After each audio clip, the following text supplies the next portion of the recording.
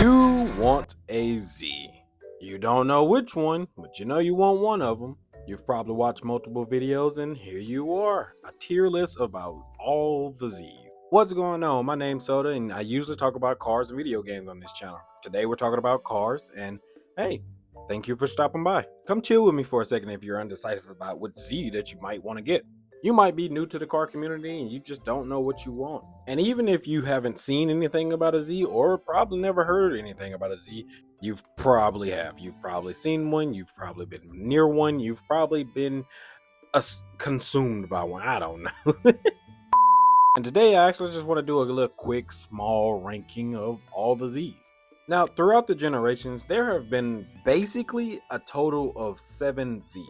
I'm not going to do a deep dive on these cars either. I just want to do a little bit of what they are, what engine they got, and why would you want one. And in doing so, I'm going to give you guys my personal take of which one is good and which ones aren't, or which ones are just kind of mid, just so we can get a little personal, if you know what I mean. The first car on the list is actually like 4 cars in one, only by name though, because you have the Nissan Fairlady Z, Datsun 240Z, Datsun 260Z, or the Datsun 280Z. And if you were confused, that's fine, because I was confused as shit whenever I first heard about these cars. I never could understand the difference between these. Basically, there's really barely to no difference besides maybe a few key things. But essentially, these are all just the same car. Like, they're just badged differently because of the imports and things like that. But this is the first Z ever. If you ever hear Nissan Fairlady Z, they're usually talking about this one. Out of all the Nissans on the list, this is one of the rarest ones to see just rolling on the road. But you could possibly see it at a lot of car shows if you are lucky enough. And to be honest, if you are new to cars, in my opinion, if you got the budget and you got the time to actually learn about these cars, I actually would recommend this car. Now, this isn't the best choice for a newcomer. I will not say that, and I'm not promoting that. This is still one of the best cars that I would say if you have that urge to want a classic Z. This is one of the most top tier cars. And for me, I cannot do anything but put this damn car in S tier. Now, I know that's pretty damn basic for me to say that because that is the basic car to put in S tier, but I think it's justifiable no matter which way you put it. And the reason why I say that is how this car was a very reliable car for the time, and I'm pretty sure in this day and age it still is. I can't speak from experience with this car because I've never driven one, but everything about this car is just really fucking great. Still holds up with today's standards, weird enough. And it's honestly a car that I wish one day I get to own or at least get to drive because these are so fucking beautiful. Now, moving on to the next Z, this is where I feel like a lot of people get confused, or at least newcomers, because I know for a fact I did for a very long time.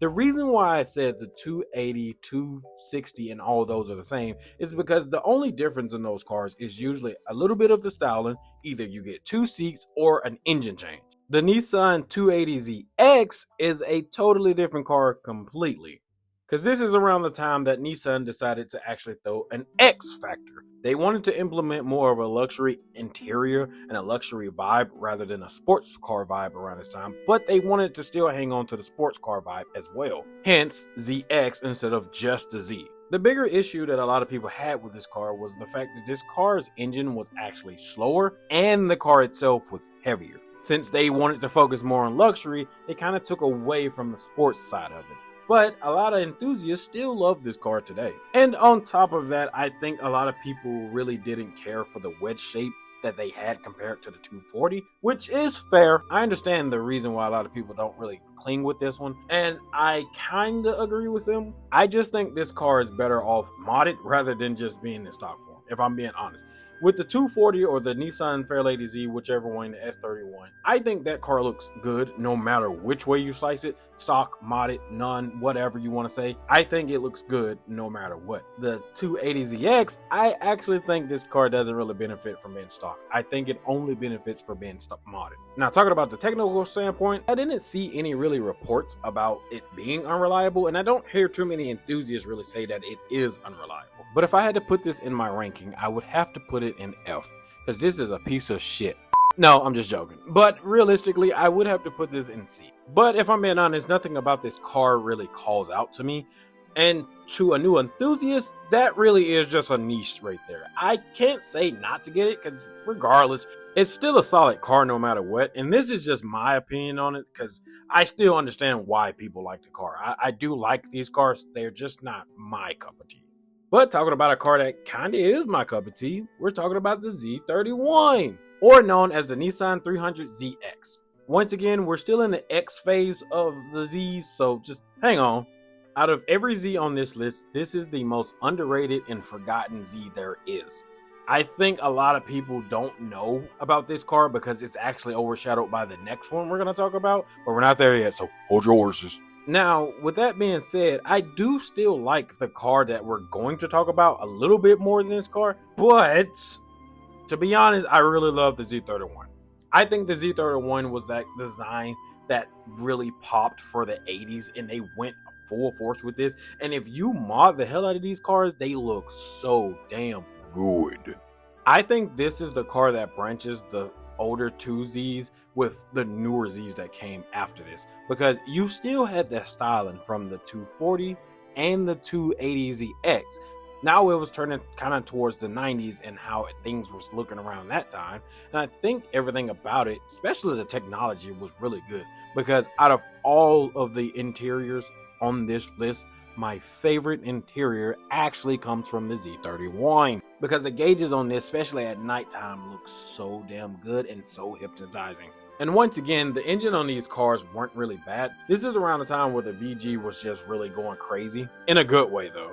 And with this one is still a little bit more reliable than the one that we're going to talk about in a second, but still the VG30ET is a really solid engine. Especially if you think it's a lot to hassle. I'm like, it's still a little bit more packed than the previous Zs, but I still think it's pretty good. And the enthusiasts that go with these cars usually love them. They don't really complain about these cars too much. Unlike the next car we're about to talk about, but we're not there yet, so just hold your horses. But with this car, for a new enthusiast, actually, I think this would actually be a solid pick for a lot of people. On top of that, it was pretty quick for the time, and to be honest, it felt really nice from what a lot of people reported. And the best thing about this car, it hasn't appreciated yet, so the prices for these cars are really low right now. So if you ever come across one, pick it up. You ain't gonna regret it. For me, I'm going to put this car into A tier though. But I will put the modded versions of these in the S tier. The only reason I split these two up is because sometimes I have a big thing about a modded version can make me want this car more than a regular base model.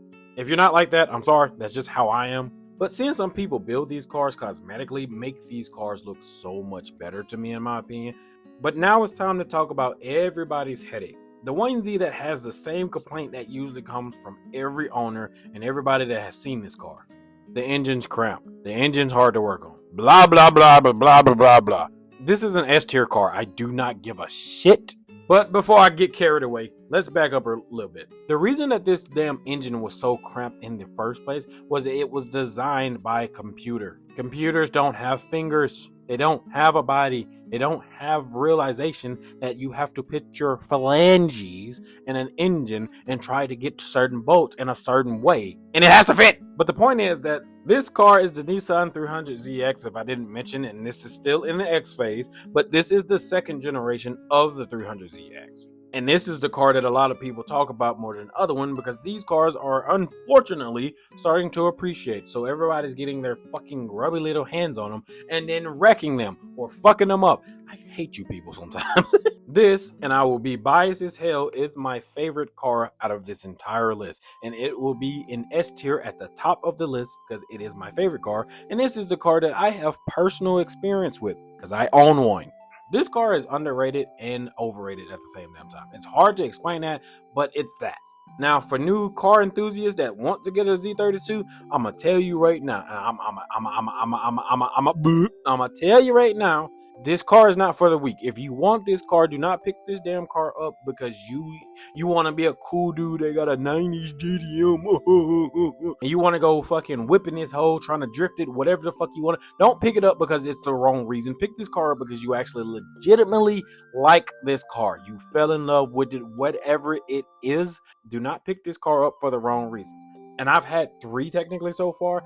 And from everything I've picked up on, yes, it's a headache sometimes, but every damn car is a headache. If you actually love this car, none of that shit will matter.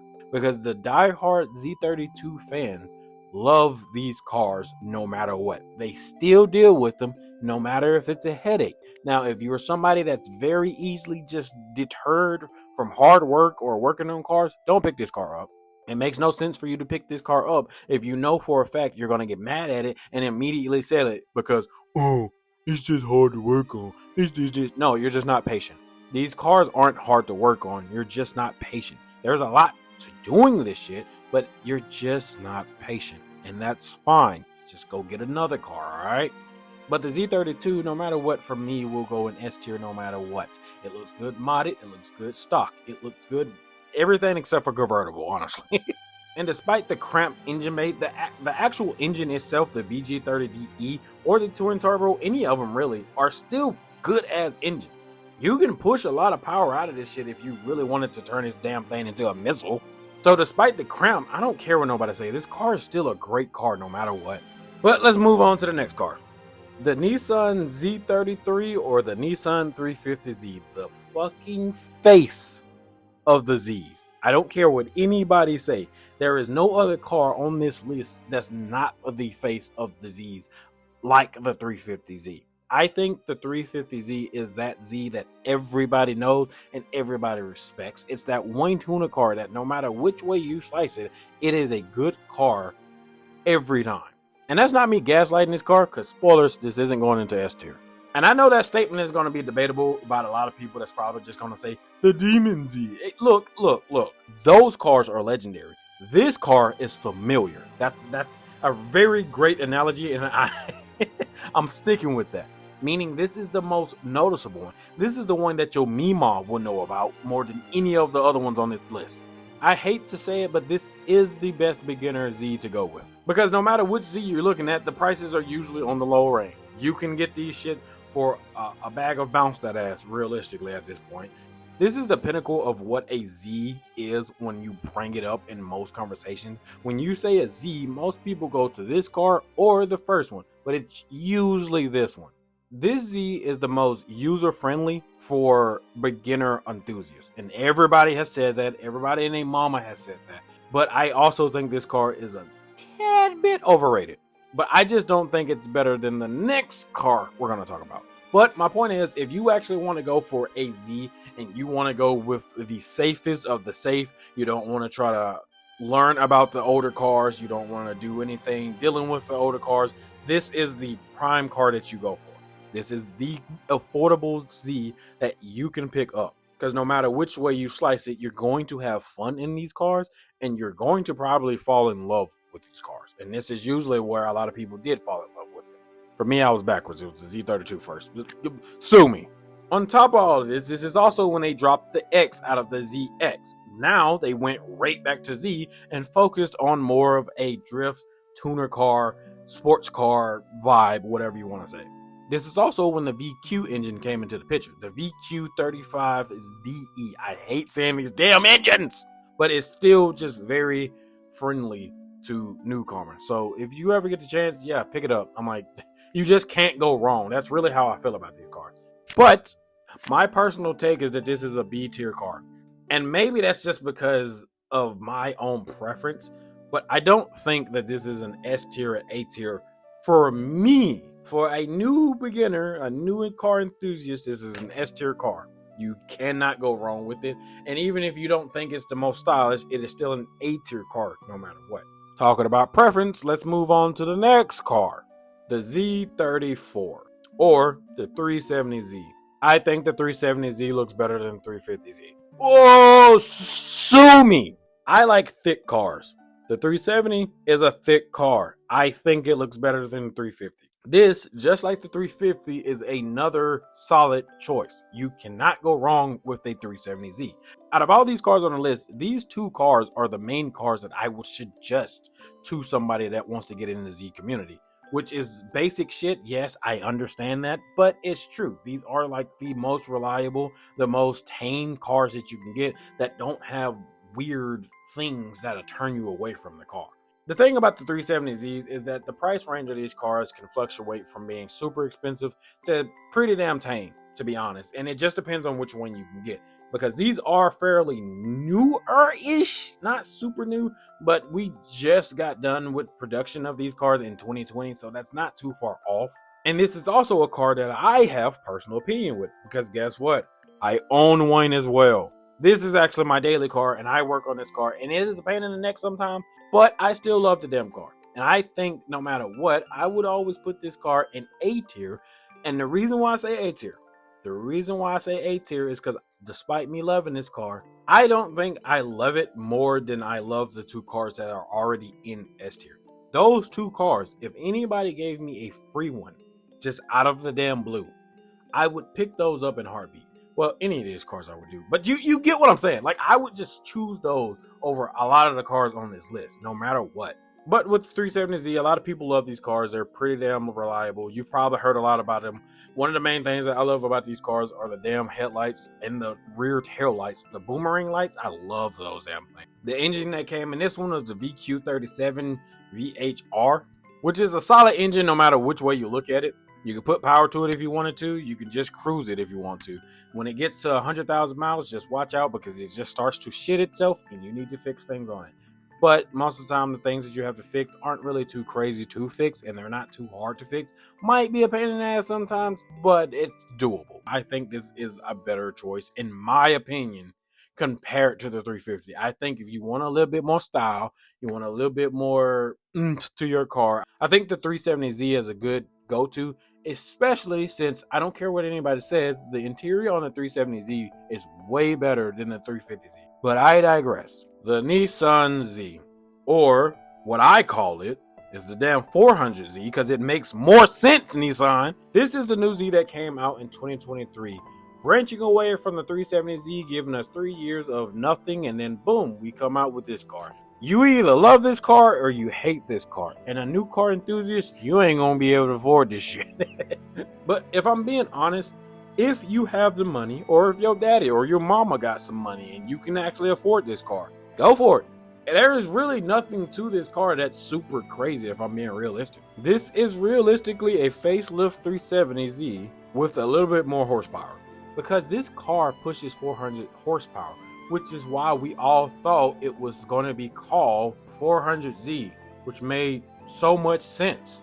It made so much sense. But whatever, go off, queens. The chassis of this damn car is literally just the 370Z. The interior, I hate to say it, is just the 370Z again, but with a little bit more oomph. It's really the same. The body and the engine are the main two takeaways, which is enough if you really want to get this car. But you really can't go wrong, because if it worked for that car, it does still work for this car. A lot of car enthusiasts today really don't care for this car, and it's kind of forgotten. And that's mainly because of the damn price. It is so inflated. And that's because the MSRP is like $50,000 damn dollars for an affordable Z. Okay, Nissan. Which was even worse because you know what the hell car dealerships did? They bumped that shit up 50 more because most of these cars was going for like $90,000 to $80,000. So like I said, if you can afford this car, the car is still a solid car. A lot of people are underwhelmed. That's mainly because you could just go get a damn 370Z for barely a quarter of that price and still have the same amount of fun. So this comes down to style and choice and engine. Realistically, if you want that 400, go crazy. If you want that style, go crazy. Because I do like the style of the Z. I actually think the style of the Z is pretty damn good. But would I want to own one? I don't know about that one now. Haven't really seen anybody complain about the engine. Realistically, a lot of people just complain about how lackluster this car is. So, like, if I had to put it on the average, I'd put it in a B as well. If I'm being realistic, I think it still is a good looking car. And I do agree with people with it being lackluster because of what it is. I think they should have been a little bit more innovating with the interior and the chassis itself, like make it stand out. But it still does look good. I do like the sharpness on this car. And that's due to the fact that this takes inspiration from a lot of other Zs. With the taillight being inspiration from the Z32, to the front being an inspiration to the 240ZX. It all kind of comes together as this one homage to that car. But I hate to say it, it being nostalgic driven doesn't really carry it that much for me. I'm gonna put this car in C as well. I do want to do 2 more tier lists though.